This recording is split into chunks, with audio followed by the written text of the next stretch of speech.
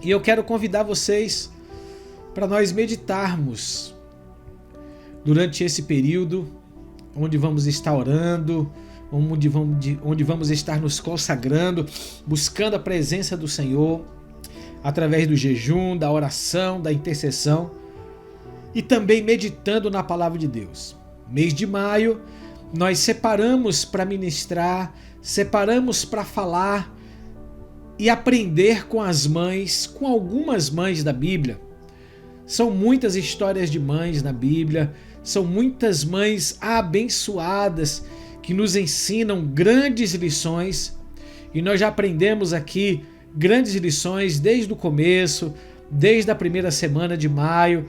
Nós temos todos esses vídeos gravados. Se você perdeu alguma semana e você gostaria de ouvir, vá no meu canal do YouTube e você procure lá as outras semanas. Começou com Sara e Agar. Então tivemos ali falando sobre essas duas mães, Sara e Agar. Na semana seguinte falamos sobre Ana e Penina. Que lição tremenda, que lição maravilhosa também tivemos com Ana e Penina. Tivemos falando também sobre a mãe Cirofenícia, aquela mãe que Jesus disse que não podia tirar o pão dos filhos e dar para os cachorrinhos. E essa semana nós vamos falar de uma mãe surpreendente. E é uma história muito bonita, uma história de uma mulher, talvez uma das histórias mais sublimes na palavra de Deus, e que nós não falamos muito. Nós não contamos muito essa história. Talvez devido a um pouco aquele sentimento que algumas pessoas ainda têm, né, concernente ao que os católicos fazem com ela, com a figura dela, elevando ela a uma posição na qual a Bíblia não fala que ela tem essa posição, né? E também não chama como eles chamam, que estou falando justamente de Maria. E talvez às vezes por um pouco de cisma, talvez para a gente não querer, né, achar que está idolatrando ou achar que está dando muita ênfase, a gente acaba anulando a história de Maria. Muitas vezes a gente sublima essa história e passa por cima e fala, mas eu quero dizer que de fato Maria foi uma mulher surpreendente, com lições surpreendentes que nós aprendemos e devemos tirar. Devemos aprender com Maria, devemos aprender com a história da vida dela, com a simplicidade que ela se apresenta e com a disponibilidade que ela se coloca diante do Senhor. Talvez se a gente entender um pouquinho mais essa história, se aprofundar um pouquinho mais nessa história, nós vamos entender que nós precisamos ter um comportamento e uma atitude como Maria teve. Maria, que foi uma escolhida por Deus, diante de todas as mulheres da sua época, diante de todas as famílias da sua época, Maria foi escolhida por Deus para emprestar o seu útero, né? Para emprestar ali, né, o seu corpo, para que dentro dela fosse gerado o Filho de Deus, Jesus Cristo. E é essa história que nós vamos nos debruçar e tirar algumas lições no decorrer aqui do nosso propósito de jejum, seja agora, seja meia-noite, seja 6 da manhã, seja ao meio-dia e seja novamente às 5 horas da tarde, se Deus permitir, vamos extrair aqui algumas lições. E no contexto dessa história, né, Maria era noiva de José, não tinha ainda conhecido homem no que diz respeito a ter um relacionamento íntimo com ele. Naquela época, o noivado não era para as pessoas terem nenhum tipo de conhecimento que não fosse apenas do relacionamento com as pessoas.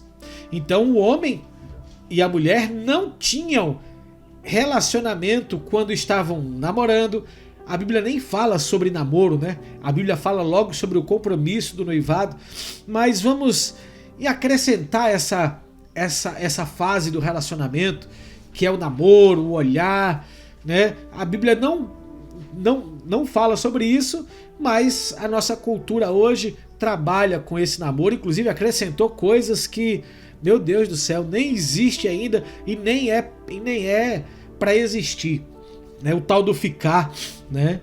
Então a gente vai falar um pouquinho sobre isso, porque Maria era noiva de José, mas era virgem. E eu quero dizer uma coisa, nada mudou. A Bíblia continua sendo a mesma. O homem e a mulher só podem ter relacionamento sexual depois que eles formalizam o casamento. Então isso está na Bíblia. E Maria, noiva de José, não conhecia homem. Um detalhe aqui que a gente faz nessa história, uma vírgula que a gente faz aqui, não sei se você sabe, não sei se você imagina, eu até coloquei um videozinho de chamada, né? E aquele vídeo retrata uma mulher, mas Maria, ela tinha por volta, queridos, dos seus 14 para 15 anos de idade. Era uma adolescente, era uma menina, já estava comprometida com José, porque naquela época as meninas, elas se comprometiam muito cedo e elas assumiam esse papel, esse compromisso, e ela era muito novinha. Maria era uma adolescente praticamente. Então, quando a gente ouve essa história, eu tento imaginar a cabeça de um adolescente, a cabeça de uma pessoa, naquela época ainda, com tão poucas informações, com tão pouco conhecimento, né, com tão pouca experiência. Mas não existe, queridos, idade para que Deus escolha a pessoa que Ele quer usar. Não existe, tem que ser a partir de tal idade. Não, o Senhor escolhe e o Senhor usa quem Ele quer. Seja criança, seja adolescentes, jovens, adultos, idosos. Eu não vou chamar de velho aqui porque ninguém aqui fica velho, né? As pessoas ficam idosas, ficam experientes, né? Seniors, né? Então elas têm essa experiência de vida. O Senhor trabalha com todas as faixas etárias.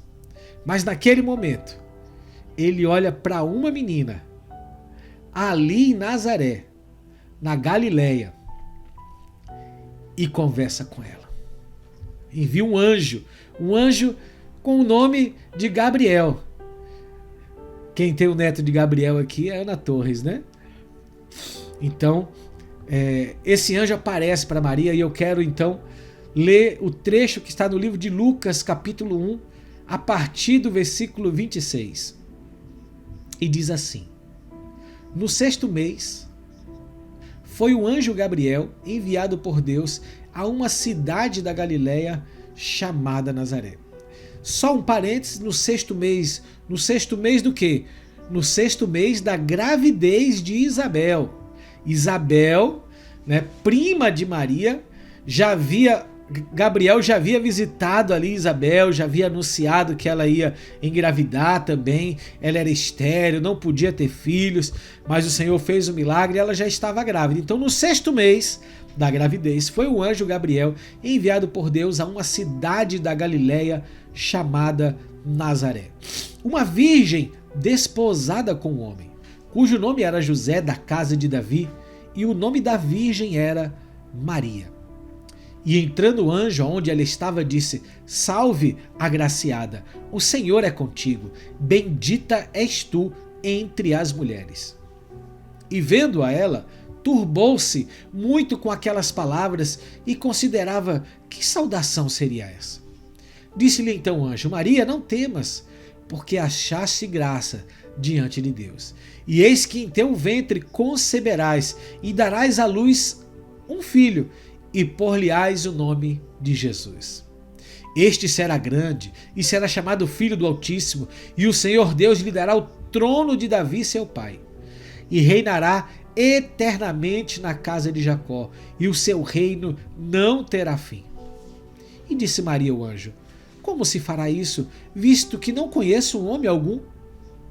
E respondendo o anjo, disse-lhe: descerá sobre ti o Espírito Santo, e a virtude do Altíssimo te cobrirá com a sua sombra, por isso também o santo que há de ti nascer será chamado Filho de Deus.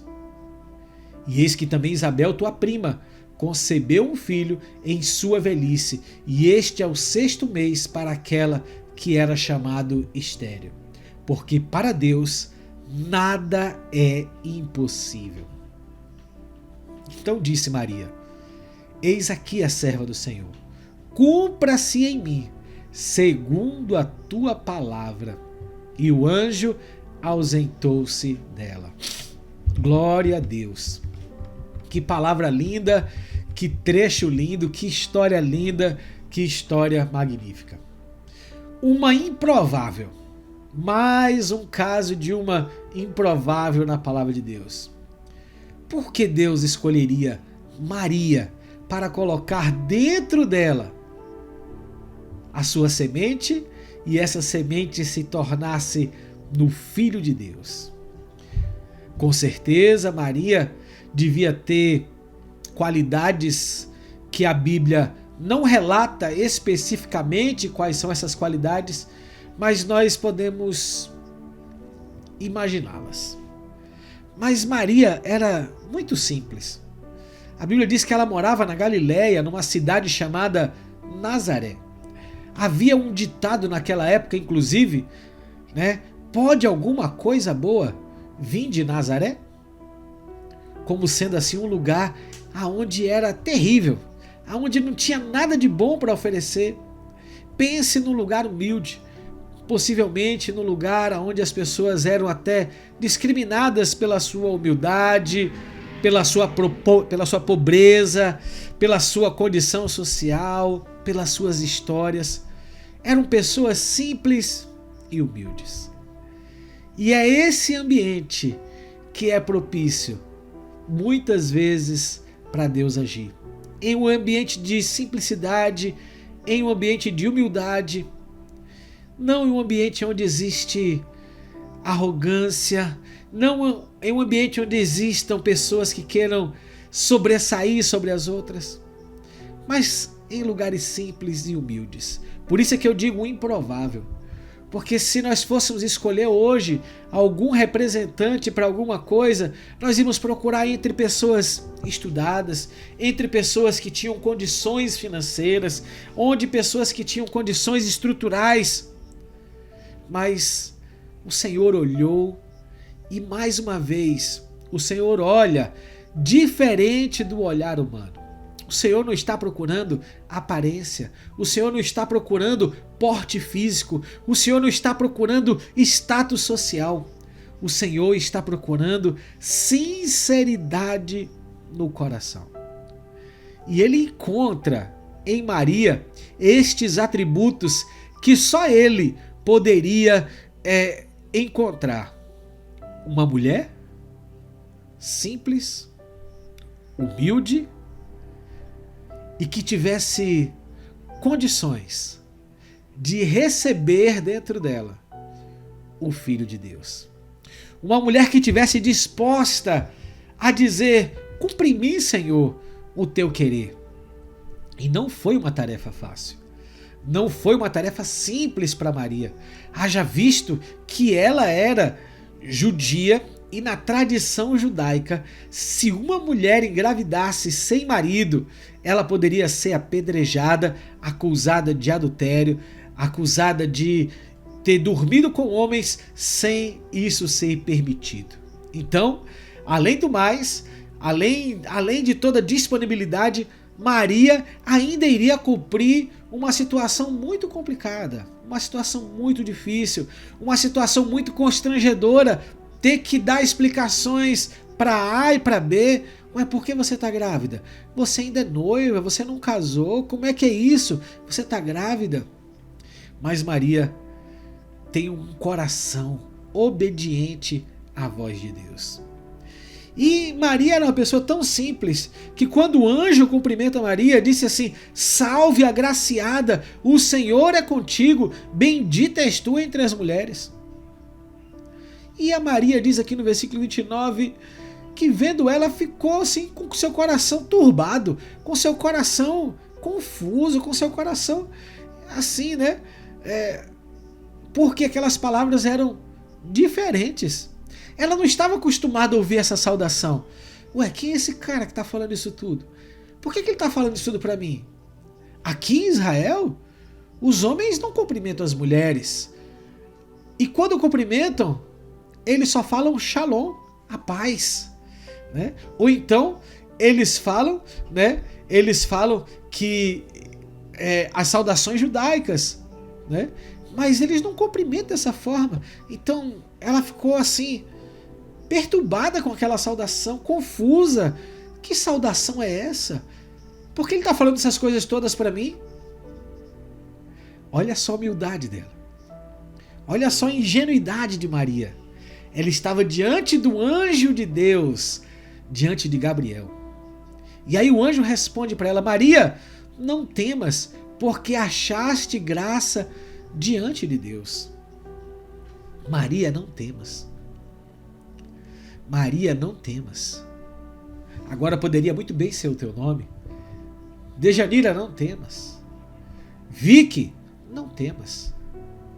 Ana Torres, não temas. Irmã Dalva, não temas. Alcilene, não temas. Isabel, não temas. Edna, não temas. Alex, não tema, Alex. Não tema. Porque achaste graça diante de Deus. Como nós precisamos encontrar esse lugar aonde nós encontramos graça diante de Deus. Mas essa graça já foi conquistada através do Filho de Deus, do Filho que foi gerado no ventre de Maria. Já derramou essa graça sobre a minha e sobre a sua vida. Por isso ele pode dizer hoje para mim e para você: não temas, não temas, porque achaste graças diante de Deus. Nós encontramos graça diante de Deus. Nossos pecados foram perdoados. Nossas muitas iniquidades foram perdoadas. Nossas feridas foram curadas.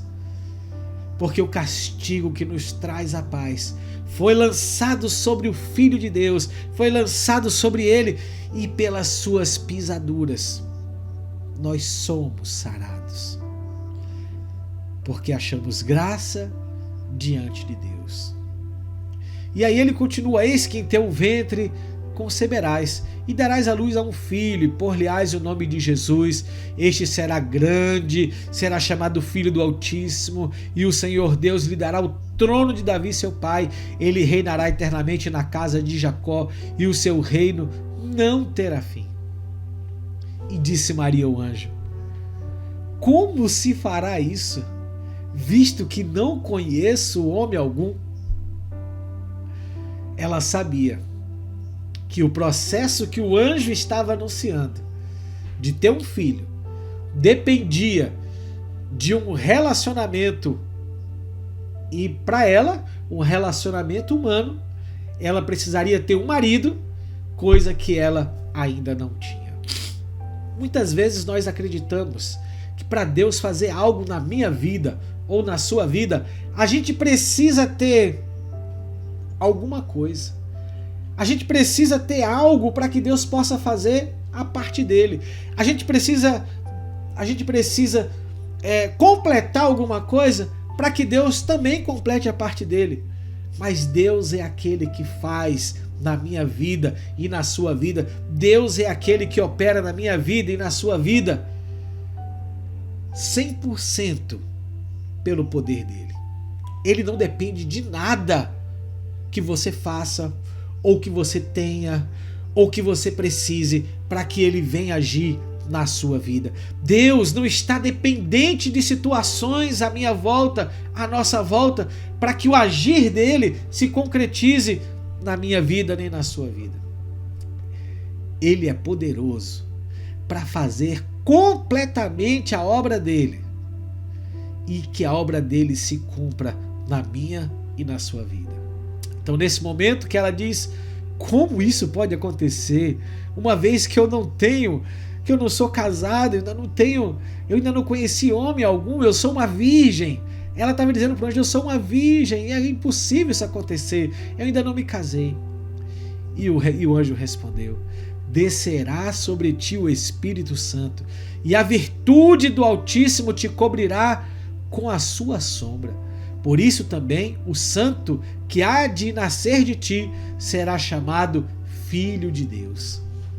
O anjo estava dizendo para ela: Maria, não se preocupe, porque vai descer o Espírito Santo sobre a sua vida e ele vai fecundar um óvulo, no seu óvulo uma semente divina, e essa semente vai germinar e vai nascer o poderoso, o Filho de Deus, o Santo de Israel vai nascer de você. E aí ele cita para Maria: olha, a sua prima Isabel também vai conceber, ela já está grávida, está no 6º mês de gravidez, a quem era chamada de estéril, porque para Deus nada é impossível. Nada é impossível para Deus.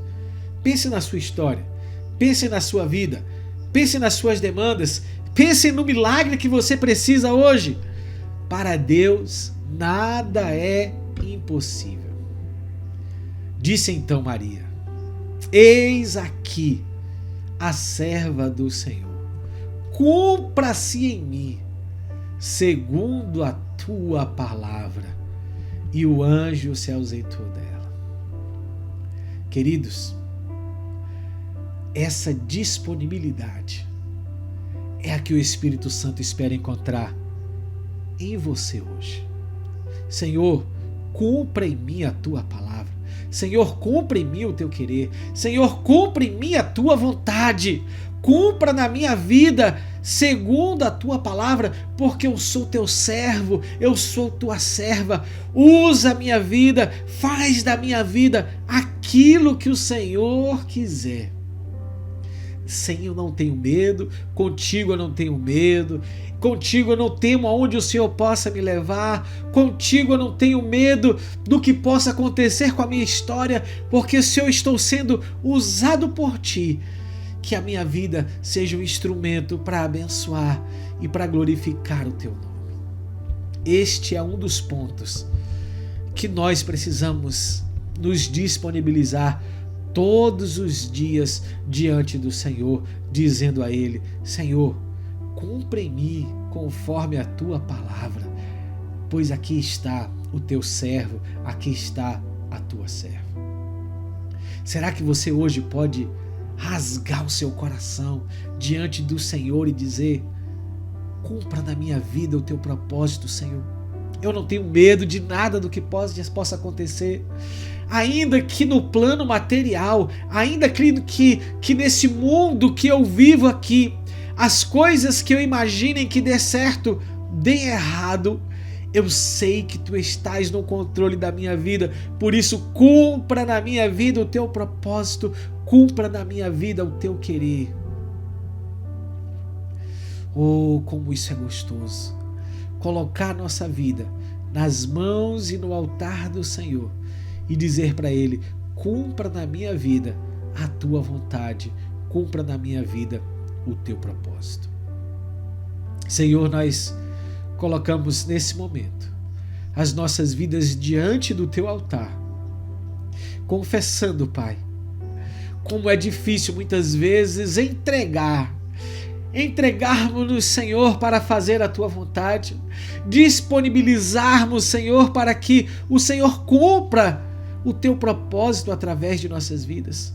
Quantas vezes, Senhor, isso é apenas um impulso de domingo, Senhor, durante a celebração, durante o culto, e quando saímos de lá tomamos a nossa vida de volta e fazemos dela o que bem nós queremos.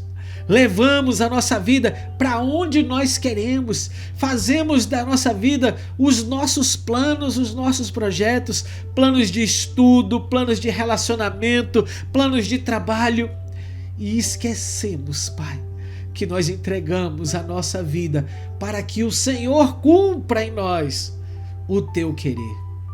Por isso nos arrependemos hoje, Senhor, de todas as vezes que nós dirigimos a nossa vida para a direção que era mais conveniente para cada um de nós, para a direção que nós acreditávamos ser a melhor. Mas hoje, Senhor, nós damos meia volta, fazemos a conversão, nos convertemos a Ti e tomamos a coragem de dizer: a partir de hoje, Senhor, cumpra nas nossas vidas, cumpra na minha vida o teu querer e seja feita a tua vontade, porque eu sei que os teus planos, que a tua vontade é boa, agradável e perfeita.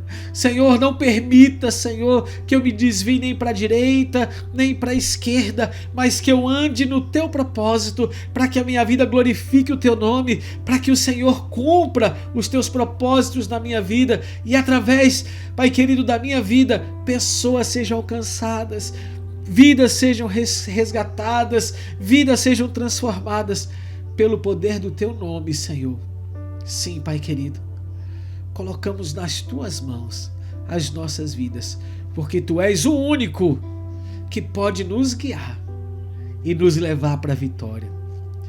Porque quando andamos do nosso jeito, sempre quebramos a cara. Mas hoje, Senhor, nós dizemos: cumpra em nós conforme a tua palavra, conforme o teu plano, conforme o teu projeto.